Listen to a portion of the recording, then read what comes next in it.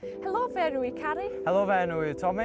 Ac rwy'n bencampwyr o byd o'r sgimio cerrig yn yr adran fenywod. A fi wedi cyn pencampwr o byd o dan yn y 6 bechgyn. Oedd rhaid i wedi cystadlu fyny yn yr Alban flwyddyn yma i Oban ar y East Island. Oedd diwrnod hir iawn i fod yn hollol onest. Oedd na tua 70 o fenywod yn erbyn fe. Ac ond blwyddyn yma ni'n teimlo bach yn nerfus mynd fewn y cystadleuaeth oherwydd bod yna gymaint yn erbyn fe. Maen nhw'n cyfri ar metrau, felly nes i taflu ar y diwrnod 45 metr ar diwrnod, ond record fe ydy 60 metr. Felly ar gyfer sgimio cerrig, rhaid chi cael y carreg perffaith mwyn iddo mynd yn bell. Felly mae hwn yn esiampl da iawn.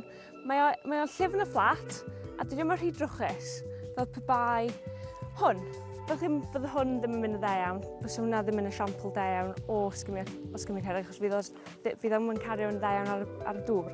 Wel, jyst rhywbeth i wneud, really. Jyst rhywbeth fel dweud, instead eistedd yn y tŷ trwy ddydd, jyst mynd allan a wneud rhywbeth, really. Jyst mynd am hwyl, rhywbeth i wneud, really, yn allan yn byd natur, really. Rhai o top tips fi yw mynd yn isel, bod yn apus, a jyst taflu cerrig. Felly, os chi eisiau dysgu sut i taflu cerrig, fel fi, a chi dal y cerrig fel un gyda bawt fel un, dal yn canol y cerrig, wedyn dal y fist fel un, rownd y cerrig fel ti'n neud l. Wedyn ti roi dy drai ti fel un, ti'n mynd lawr fel un, wedyn oes ac yn isel. Wedyn ti falle'n cymryd bach o deep breath, a wedyn mynd fel un, flicio fel yna, fel ti'n neud gyda javelin fel ti'n sefyll, a wedyn mynd fel un, a wedyn flicio fel yna.